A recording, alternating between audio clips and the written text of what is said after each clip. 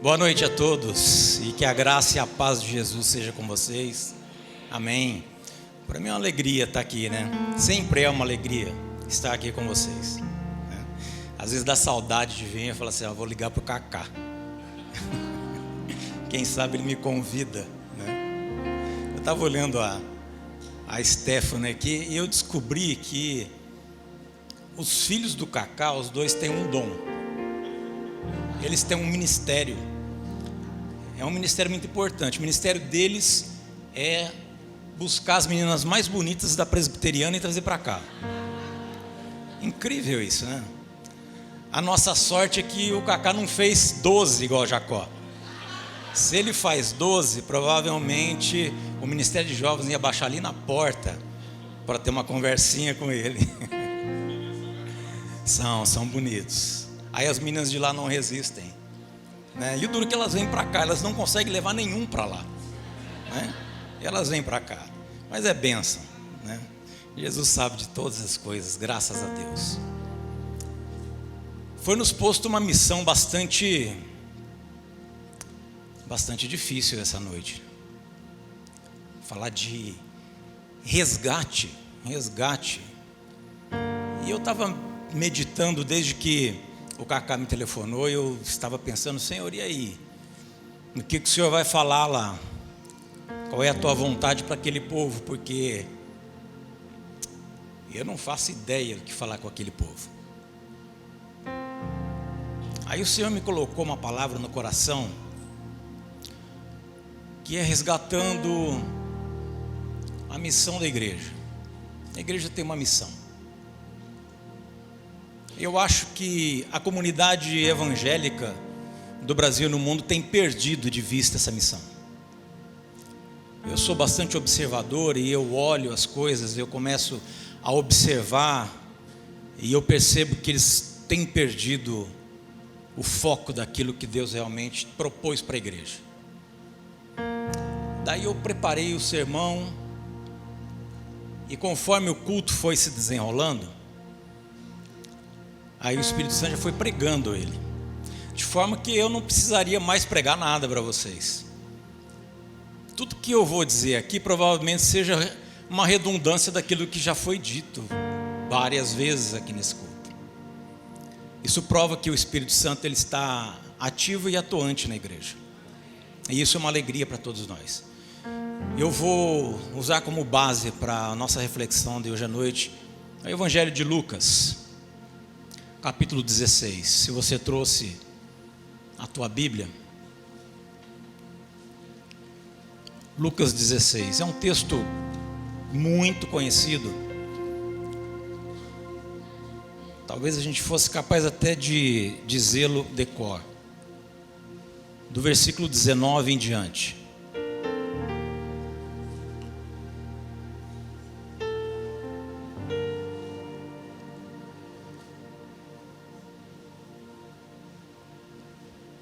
Todos acharam? Lucas é facinho de achar, né?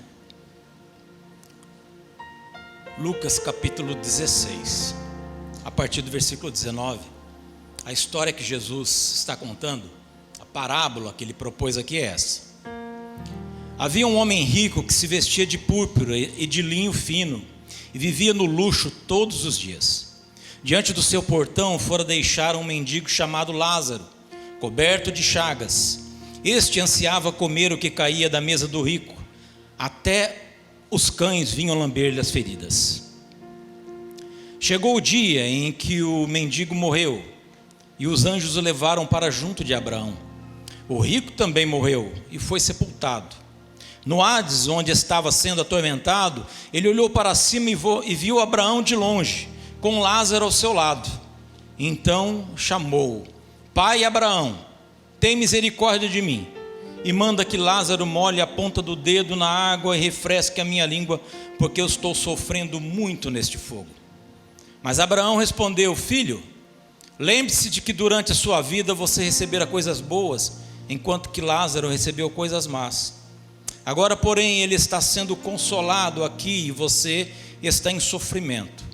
E além disso, entre você e nós há um grande abismo, de forma que os que desejam passar do nosso lado para o seu ou do seu para o nosso, não conseguem. Ele respondeu: então eu te suplico, pai, manda Lázaro ir à casa de meu pai, pois tenho 5 irmãos. Deixa que ele os avise, a fim de que eles não venham também para este lugar de tormento. Abraão respondeu: eles têm Moisés e os profetas, que ouçam. Não, pai Abraão, disse ele, mas se alguém dentre os mortos fosse até ele, eles se arrependeriam. Abraão respondeu: se não ouvem a Moisés e os profetas, tampouco se deixarão convencer, ainda que ressuscite alguém dentre os mortos. Esse texto ele é uma resposta de Jesus aos religiosos da época. Ele faz parte da seção do Lucas 15. Lá em Lucas 15, se você ler logo no começo do capítulo, você vai perceber que Jesus estava sendo criticado pelos religiosos e pelos poderosos e por aqueles que controlavam a religião em Israel. A acusação deles para com Jesus é que Jesus se importavam com pessoas que não eram dignas, que não mereciam qualquer tipo de consideração. Eles diziam: esse Jesus aí, ele se assenta com prostitutas, com ladrões, com gente da pior espécie possível. Jesus então começa uma sessão de parábolas, no sentido de responder a essas críticas. E todas essas parábolas têm relacionamento com dinheiro. Ele fala da parábola das ovelhas perdidas, depois ele emenda com a da dracma que se perdeu, e depois ele fala do filho pródigo.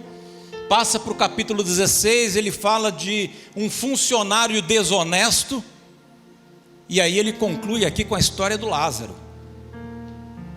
Tudo envolvendo dinheiro. A resposta de Jesus para aquela turba de gente que o criticava era que eles há muito haviam sido rejeitados por Deus. Deus já havia rejeitado Israel por conta da sua obstinação, por conta do seu coração voltado ao pecado. Porque Deus havia passado uma missão para Israel. Israel tinha uma missão. A primeira missão de Israel era ser o ventre a qual Jesus iria nascer. Havia muitos povos na terra e muitas civilizações, mas Deus disse: eu não trarei o meu filho dentro de um povo ou dentro de uma civilização idólatra. Farei para mim um povo novo, do zero. Esse povo trará o meu filho ao mundo, aquele que vai salvar a terra, aquele que vai remir os pecados do ser humano. Mas havia ainda uma segunda missão, que Israel deveria cumprir rigorosamente. Você vai encontrar ela lá em Deuteronômio, no capítulo 15.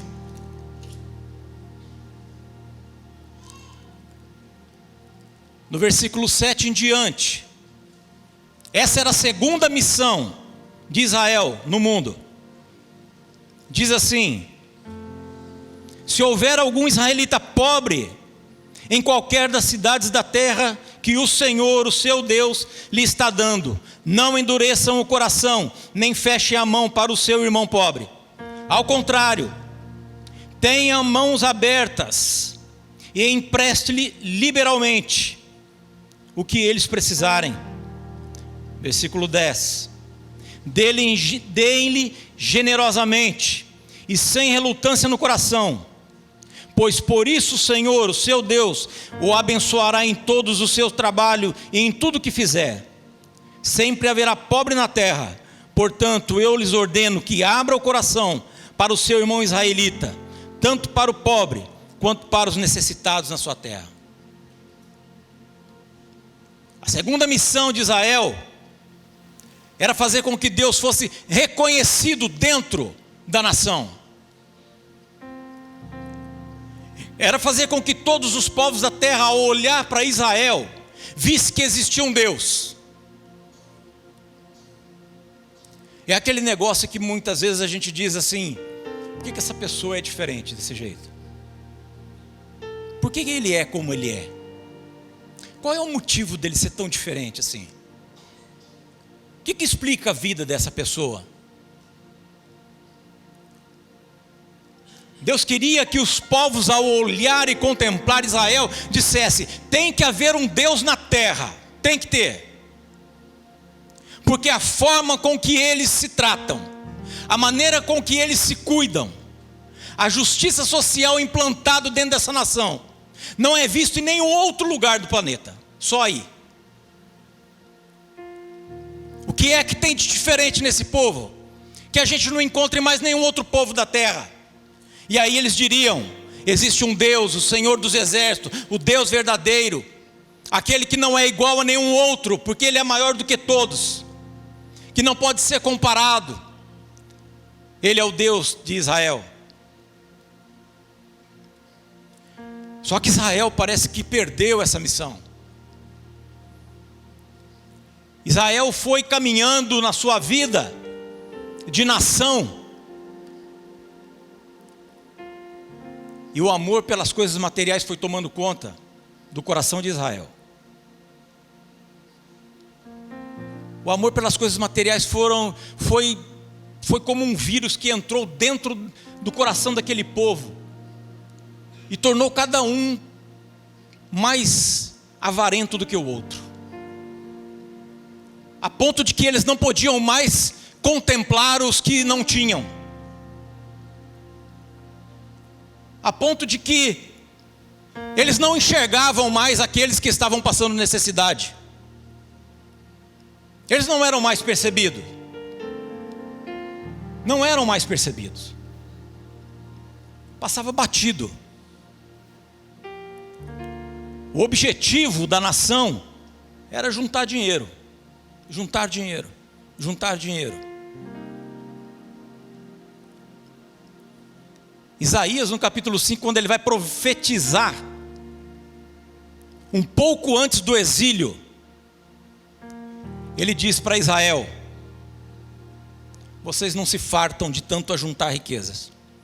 Vocês compram casas e casas e fazendas, a tal ponto que não haja mais o que se comprar na terra. Eu vou enviar um povo e vou acabar com tudo isso. Eu vou acabar com tudo isso. Quando a gente pensa em pecado, a gente sempre tem uma lista de pecado na cabeça, né? Que a gente considera como sendo os pecados mais abomináveis, né? Aqueles pecados hediondos, aqueles pecados que a gente acredita que até para Deus é difícil perdoar. A gente fala: esse pecado aí não tem jeito não, meu irmão. Esse pecado é complicado.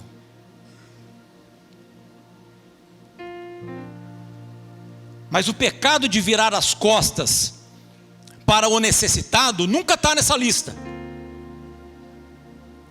Nunca está nessa lista. Nunca faz parte dessa lista.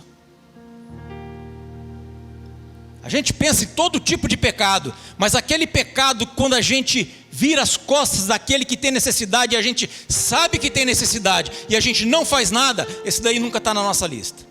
Porque a gente acha que isso não é pecado. Quando Ezequiel vai profetizar, já dentro do exílio da Babilônia, Deus conta para a nação de Israel o que fez com que Deus o entregasse nas mãos de Nabucodonosor e destruísse Jerusalém, e derrubassem os muros e acabasse com o templo. Ezequiel, capítulo 16. Presta atenção no que Deus está dizendo aqui. Presta atenção. Israel está sendo comparado com Sodoma. Presta atenção. Israel está sendo comparado com Sodoma. O que seria para Deus mais abominável do que todos os pecados sexuais do planeta? O que seria para Deus mais abominável, mais nojento, mais sujo do que todos esses pecados? Mais abominável do que qualquer tipo de corrupção, mais abominável do que qualquer tipo de roubo, mais abominável do que qualquer tipo de assassinato. O que seria mais abominável? Deus conta para Israel, versículo 49 e 50, olha o que ele diz: ora, esse foi o pecado da sua irmã Sodoma. Ela e suas filhas eram arrogantes, tinham fartura de comida e viviam despreocupadas, não ajudavam os pobres e os necessitados, eram altivas e cometeram práticas repugnantes diante de mim. Por isso eu me desfiz delas, conforme você viu. Sabe, Israel, lembra de Sodoma? Vocês acham que foi por conta dos pecados sexuais que eles praticavam? Não, não foi por isso que eu as destruí. Eu destruí porque eles não olhavam para os pobres. Eles tinham com fartura e deixavam a gente passar fome. É isso que vocês estão fazendo. E essa é a sentença de vocês.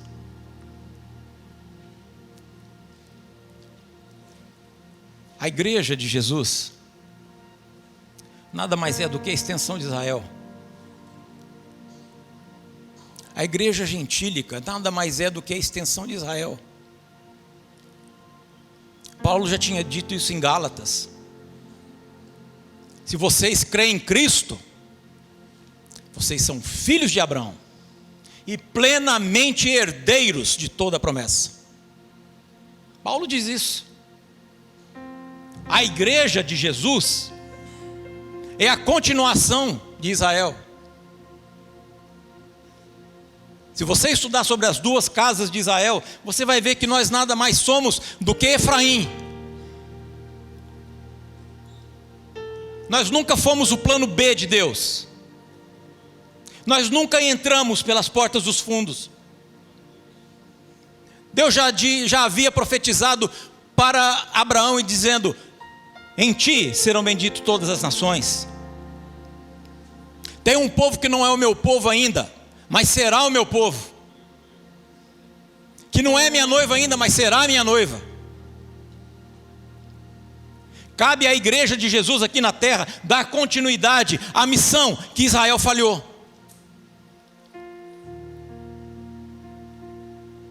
A nossa missão não é diferente. Primeiro, trazer Jesus ao mundo, proclamar o evangelho e anunciar a salvação. Segundo, promover justiça social dentro e fora do povo, fazer com que o mundo conheça que o Senhor é Deus através da igreja, fazer com que o mundo glorifique ao Senhor a partir das ações da igreja de Jesus aqui na terra. Me parece que assim como o diabo conseguiu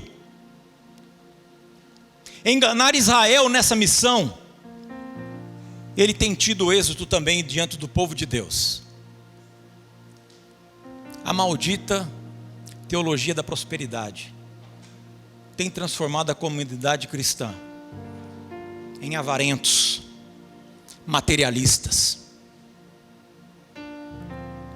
Eles têm mentindo, dizendo que você é abençoado a partir do quanto você tem, e não a partir do que você é. É quanto você tem. Não são poucos os testemunhos que vão até os templos e sobem aos púlpitos contando milagres de como do dia para a noite se transformaram em pessoas ricas, como se isso fosse uma coisa extraordinária, como que isso fosse incrível, como que se isso fosse bênção a ser contada. Você quer contar bênção?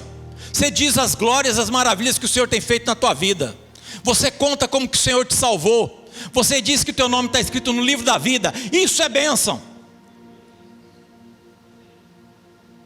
Jesus no Sermão do Monte já tinha dito: não junte tesouro no céu, na terra, não junte tesouro na terra, não junte, ajunte no céu. Se tesouro na terra fosse bênção, Jesus teria dito: orem para que vocês ajuntem tesouro na terra. Não, não foi isso que Jesus disse. Muito pelo contrário, ele disse: não te preocupe com o dia de amanhã. O Papai do céu sabe do que vocês precisam, e eu vou dar todo dia aquilo que vocês precisam. Busquem o reino de Deus e a sua justiça, e todas as coisas vão ser acrescentadas.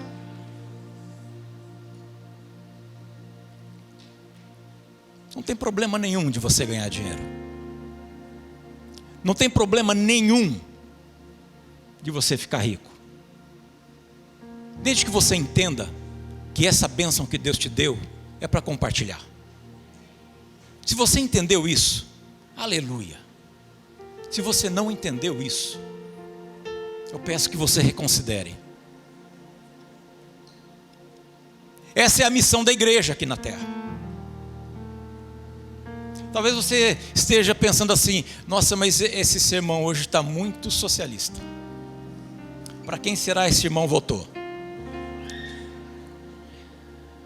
Meus queridos, não existe nenhuma ideologia partidária nesse sermão.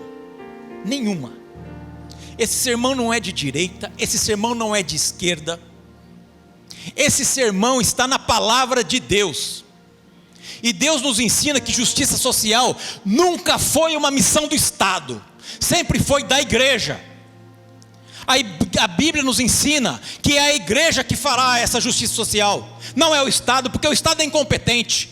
Ele é absolutamente incompetente. Ele não consegue fazer absolutamente nada, porque ele só pensa em volta do seu umbigo e dos seus companheiros. Ele não pensa no povo, nenhum deles, seja qual for. Só quem pensa no pobre é Jesus Cristo. É Ele que morreu pelo pobre. A igreja é um agente de amor e de justiça social na terra. Cabe a ela fazer isso, não ao Estado. O Estado é tão incompetente, mas tão incompetente. Se você passar o deserto do Saara, a administração do Estado, em 10 anos falta areia. Te garanto. Meus queridos, não negligencie a missão que Deus colocou nas nossas mãos. Quando eu olho para Atos dos Apóstolos, eu vejo uma igreja extremamente maravilhosa. Porque cheia do Espírito Santo, sabe o que eles faziam? Dividiam tudo que tinham. Dividiam tudo que tinham. Eles chegaram no momento de um impasse, que eles disseram assim: o que nós vamos fazer? Que esse monte de gente que a gente está tirando da rua e trazendo para dentro da igreja, o que a gente vai fazer? Porque é o seguinte: a gente está buscando todos os órfãos e trazendo para a igreja. A gente vai atrás daquelas viúvas que estão passando fome e a gente está trazendo para a igreja. E esse povo só tem aumentando, só está aumentando, só está aumentando. E sabe o que está acontecendo? Está sendo uma bênção para o Estado. Não tem mais mendigo na rua, não tem mais andarilho na rua, não tem mais moleque perdido na rua. Está tudo aqui dentro da comunidade, tudo dentro dos lares, tudo sendo alfabetizado, todos sendo instruídos na palavra do reino de Deus. Acho que a gente vai ter que consagrar diáconos para isso, porque senão nós não vamos dar conta. Era uma igreja que entendia a missão, que via uma pessoa na rua: você, cadê teu pai? Eu não tenho pai. Você não tem pai? Não, porque os pais morriam nas guerras naquela época com muita facilidade, guerras e doenças. Você não tem pai? Não, você tem pai sim, agora você tem. E catava e levava essa criança para dentro de casa. É isso que a igreja fazia. É isso que a igreja fazia. Não deixava. Agora, sabe qual é a mentira que contaram para a gente? A mentira que contaram para a gente é o seguinte: se teu irmão tiver com necessidades, se você tiver uma comunidade com necessidade, se você conhecer gente com necessidade, faz uma campanha de oração de 7 semanas. No final das 7 semanas ele vai arrumar um emprego. Será que não tem ninguém aqui dentro da igreja que poderia dar um emprego para aquele irmão? Será que não tem? Vamos orar que o Senhor vai colocar comida na sua despensa. Não tem ninguém na igreja que poderia colocar comida na despensa desse irmão? Será que a gente está fazendo exatamente aquilo que Tiago tanto condenou? Quando ele diz, teu irmão tem necessidade, ele te procura com uma necessidade, aí você ora por ele e diz, vá em paz meu irmão, Deus te abençoe. Tiago fala, o que vocês estão fazendo? Vocês querem justificar a fé de vocês sem obras? Mas eu digo para vocês que a tua fé sem obra é morta, não existe.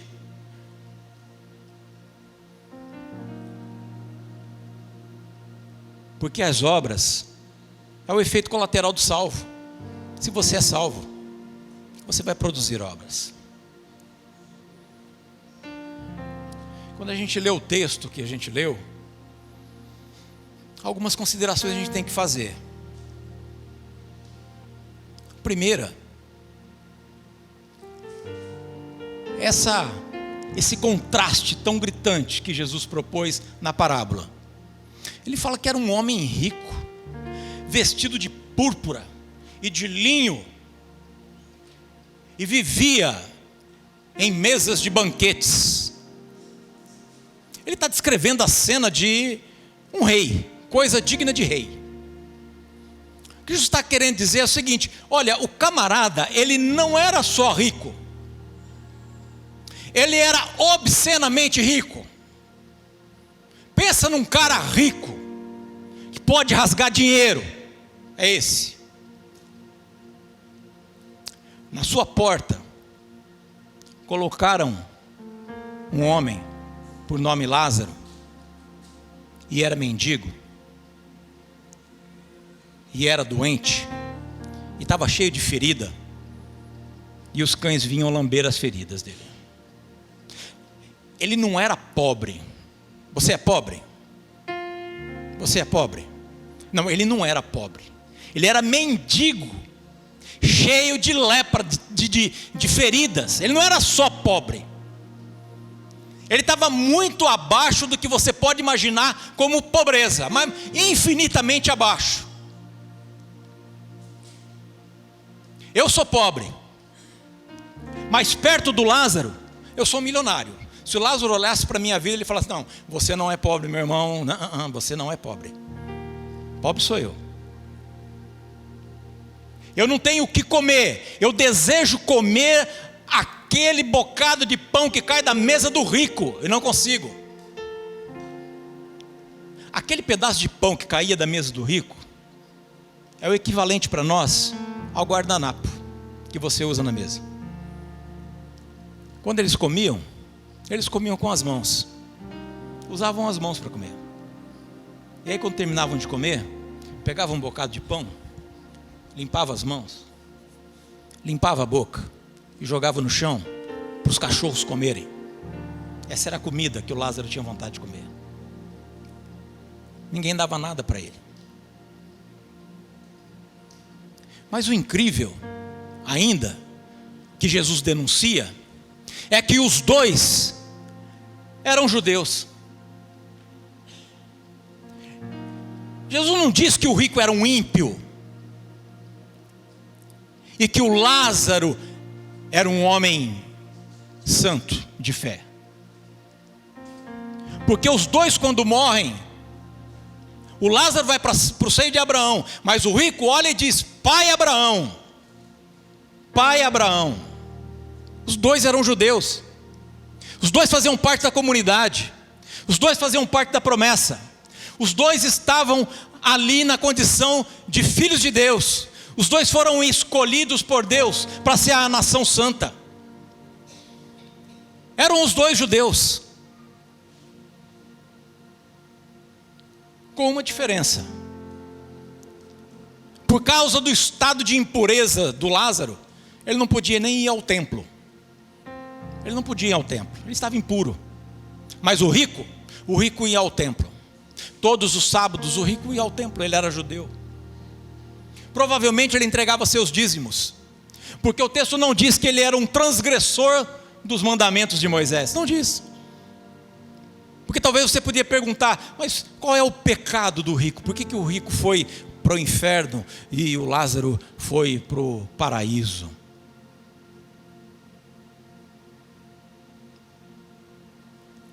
O texto nos diz que o rico também era moralmente íntegro. Nenhum pecado aqui é destacado para o rico.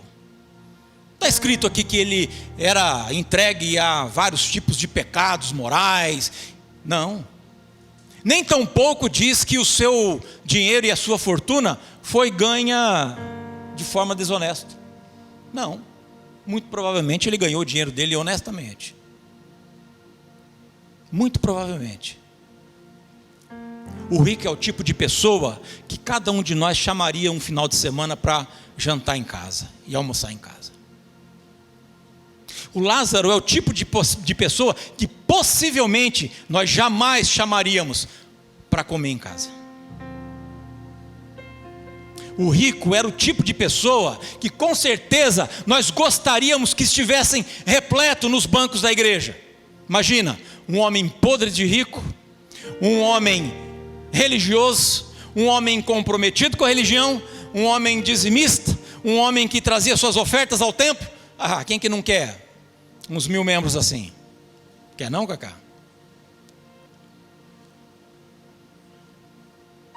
Percebe aonde Jesus está chegando? Qual foi o pecado desse homem que o levou ao inferno? Porque o rico nessa parábola, ele representa os religiosos de Israel, a nação de Israel. Aquela nação que Deus havia reprovado. Que Deus disse, eu vou destruir vocês, porque vocês não olham e não cuidam dos pobres. Esse era o pecado do rico. Quando a gente olha para a vida do Lázaro, a gente fica meio inquieto também. O Lázaro, ele nos faz questionar algumas coisas que põem em xeque a nossa teologia. Porque a gente pensa assim, poxa vida, um homem que era santo, porque ele foi para o seio de Abraão, um homem que os anjos vieram buscar quando ele morreu, então obviamente Deus estava com ele o tempo todo, e Deus não fez nada por esse homem. Custava para Deus ter dado um emprego para ele. É difícil para Deus fazer isso? Tocar no coração de alguém lá, chegar, olhar para o Lázaro, opa, tem um emprego para você. Você vai morar lá numa fazenda, tem uma casinha lá para você também. Era difícil para Deus curar todas as doenças do Lázaro? Era difícil. Sim ou não? Não. Mas por que Deus não fez? Por que Deus não foi lá e não curou Lázaro? Limpou as feridas de Lázaro, restabeleceu a saúde de Lázaro. E aí depois Deus abençoava Lázaro e arrumava um emprego para Lázaro. E aí daqui a pouco Lázaro arrumava uma boa família. E você tinha um homem erguido e um homem feliz e testemunhando que Deus curou a sua saúde e que Deus deu-lhe emprego, deu-lhe uma família e encheu de bênção. Olha que coisa maravilhosa para se contar num culto de domingo. Mas Deus não faz isso. Deus não faz isso. O homem morre, podre, cheio de ferida, com fome, só, sem família. O único ser vivente que se dignava em chegar perto de Lázaro eram os cachorros, os cães. E Deus não faz nada por ele.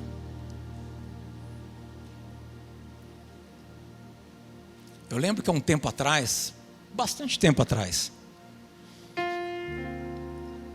eu fiquei indignado com a parábola do filho pródigo. Eu li aquela parábola e aquilo não me fez sentido nenhum. Eu dizia assim, poxa vida, o menino pediu dinheiro para o pai deu dinheiro, o menino foi embora, e aí o menino gastou tudo, acabou com tudo, foi parar em chiqueiro do porco, e aí ele estava com vontade de comer comida de porco. Mas que coisa, mas que terrível. Mas parece que o pai não fez nada. Será que o pai não sabia que se desse dinheiro para ele, ele não ia destruir a sua vida? O pai não conhece o filho? Não sabe quem são quem em casa? Você acha que o pai não sabe? Sabe, né? Sabe. Eu vou dar dinheiro para esse menino, ele vai destruir a vida dele, vai se acabar em nada. E o menino estava lá no chiqueiro do porco, querendo comer comida de porco, e ninguém dava nada para ele. E esse pai nunca foi atrás desse menino, nem mandou nenhum empregado ver como é que ele estava. E é estranho, porque o texto vai nos dar conta de que o pai tinha preocupação com ele, porque quando o pai vê ele lá de longe, o pai sai correndo ao encontro, deixando claro para a gente que o pai parece que todo dia ele ia na beira do caminho e ficava ali. Será que ele volta hoje? Será que ele volta hoje? Responda uma coisa, se você tem filho, você teria ido atrás? Não? Você ia atrás? Sim ou não? Ia, né? Rapaz, se me disserem que estão judiando da minha menina em São Paulo, eu vou doido lá. Eu vou doido. Não imagina? Aí eu entrei em crise, porque eu dizia assim: poxa, eu sou melhor do que esse pai. E se esse pai é a figura e a personificação de Deus na parábola, eu sou melhor que Deus, porque ele não fez nada e eu faria alguma coisa. Depois de um tempo eu fui entender que a crítica que Jesus estava fazendo recaía sobre o personagem do filho mais velho, que quando volta para casa fica indignado que o pai recebeu o filho caçula. E eu entendi que o pai não foi atrás do filho mais moço, porque a obrigação era do filho mais velho. O que Jesus estava contando naquela parábola era o seguinte: vocês, Israel, vocês religiosos, vocês doutores da lei, vocês são o filho mais velho, que tem os teus irmãos todos perdidos por aí, todos morrendo, comendo comida de porco, e vocês não fazem nada. E quando eu chego e abro os braços, e eles vêm até mim, e eu restauro a vida deles, eu dou comida para eles, eu amparo, eu dou consolo, vocês me criticam, que eu sento com prostituta e com ladrão, e vocês não fazem nada. Deus não fez nada por Lázaro, porque a obrigação era do rico, não era de Deus.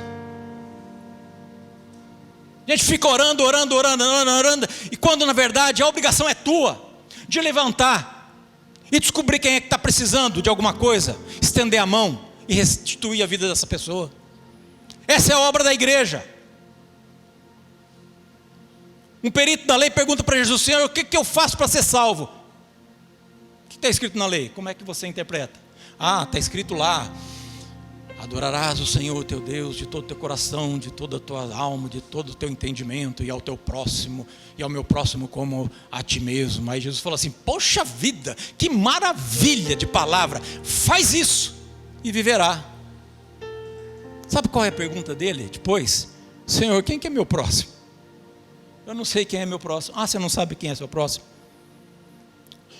É o seguinte: um rapaz vinha descendo pela uma estrada, aí os ladrões pegaram, bateram, deixaram ele quase morto e nu na beira da estrada. Aí depois vem descendo um sacerdote, olha para ele, não faz nada, vira as costas e vai embora. Daqui a pouco vem um levita, o levita olha também, não faz nada, vira. Aí depois vem um samaritano.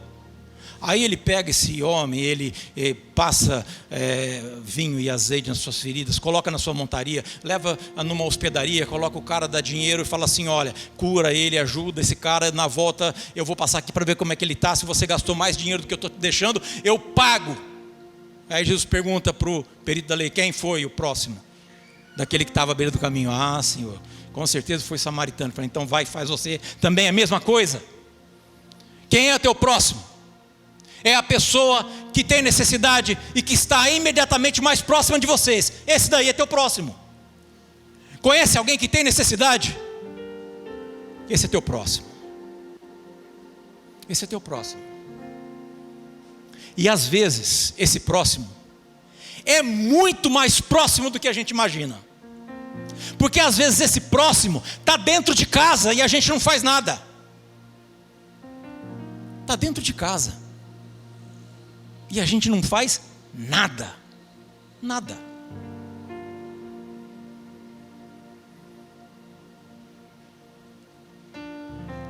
Um dia esses mesmos fariseus, parece que eles andavam atrás de Jesus o tempo todo só para tomar bordoada de Jesus, né? Acho que era um talento que eles tinham de sadomasoquismo, eles queriam só apanhar de Jesus o tempo todo, porque não é possível. Aí eles vão criticar Jesus, porque os discípulos de Jesus sentavam à mesa sem lavar a mão. Jesus, não é possível um negócio desse. Vocês estão me criticando por conta de uma lei sanitária besta, cerimonial, que tem que lavar a mão para comer antes. Eu falo para vocês uma coisa: quem não honrar pai e mãe, vai tudo para o inferno. Honra teu pai e tua mãe. Parece estranha essa pergunta que Jesus está, essa assertiva que Jesus está dando para eles, né? Está lá em Mateus capítulo 15, a hora que você tiver curiosidade para ler a história. Mas o que Jesus estava dizendo para eles tinha um significado que foi na veia. Foi na veia. Porque ao contrário do que a gente pode pensar, esse mandamento, honrar pai e mãe, não é só respeitar pai e mãe, respeita teu pai e tua mãe. Não é só isso não. Não é só isso não. A palavra honra, na tradução correta, tem relação com dinheiro. Tanto que lá em 1 de Timóteo, capítulo 5, se eu não me engano, está escrito: digno de dobradas honras são os bispos e os dirigentes da igreja, que pregam e se esmeram em ensinar a igreja. Honra, dinheiro. Sabe o que Jesus está dizendo para eles? Vocês estão muito preocupados se lava a mão antes de comer, se não lava a mão antes de comer. Mas eu digo para vocês que dentro de casa, vocês têm pai e mãe passando fome e vocês não fazem nada. Não fazem nada. Parece que é como se não fosse com vocês. Jesus está dizendo que na família de vocês tem gente com necessidade, vocês não fazem nada.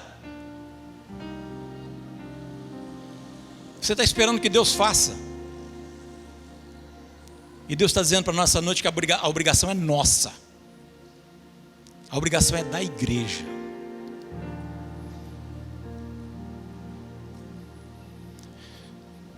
Eu estava assistindo um documentário um bom tempo atrás. E o documentário falava sobre o Ratzinger, Joseph Ratzinger, o Bento XVI, que morreu há algum tempo atrás, numa ocasião que ele foi visitar Auschwitz. E Ratzinger foi a Auschwitz e ele chegou nos campos de concentração onde foram mortos 6 milhões de judeus.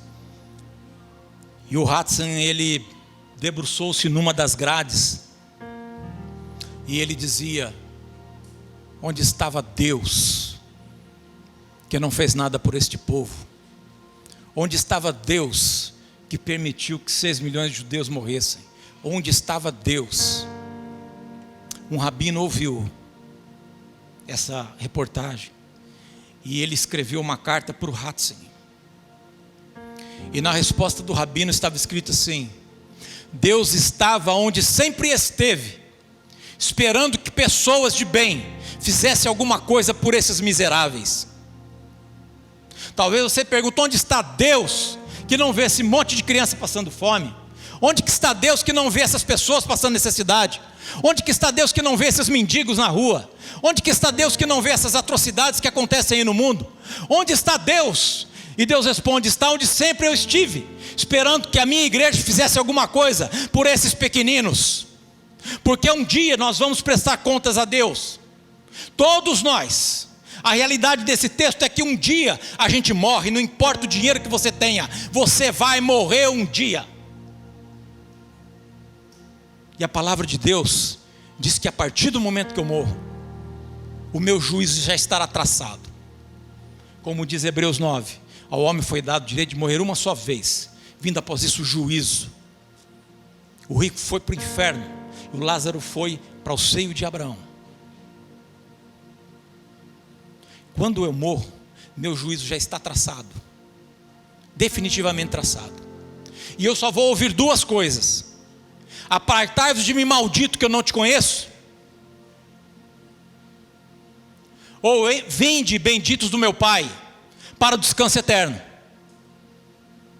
E se você perguntar quem vai ser repudiado e quem vai ser abraçado por Deus, só você dar uma olhadinha lá em Mateus 25, versículo 31 e diante, e Jesus te diz quem é.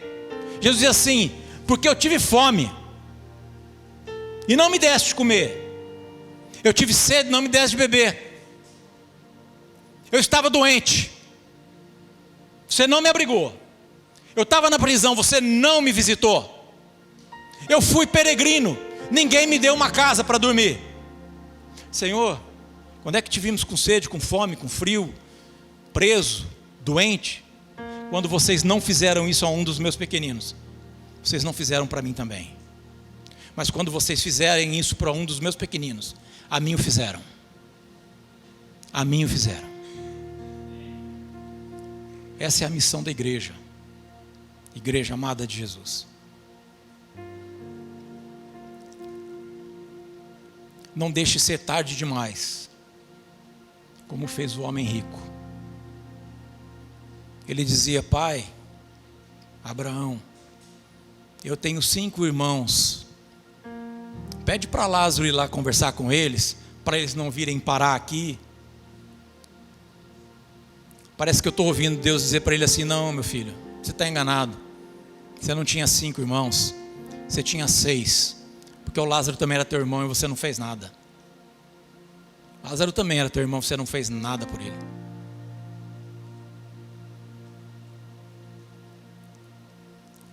Não vá se arrepender quando não tiver mais jeito. Imagina o arrependimento do rico por não ter feito nada pelo Lázaro. Quantas vezes ele passou na frente, quantas vezes ele quase passou por cima e não enxergou Lázaro. Não é na eternidade o local para você se arrepender e dizer: poxa vida, Senhor, se o Senhor me desse mais uma chance. Deus vai dizer: a tua chance já foi, você não tem mais uma chance. Agora o teu juízo já está selado. Nós estamos contemplando, com certeza absoluta, o limiar da história. Os últimos períodos da igreja aqui na terra. Os últimos. A gente tem que fazer isso muito rápido, igreja. A gente tem que tomar uma atitude muito rápida. Mais breve do que você possa pensar. O Senhor virá para buscar a sua igreja. O Senhor vai vir para buscar a sua igreja. Não adianta depois você perguntar: Senhor, por que eu não fui? A resposta foi posta. Que essa igreja seja verdadeiramente uma igreja que promova justiça social. Deus abençoe essa igreja poderosamente. Eu sei que vocês têm o coração aberto para ajudar. Seja o diferencial nessa comunidade. Em nome de Jesus. Amém.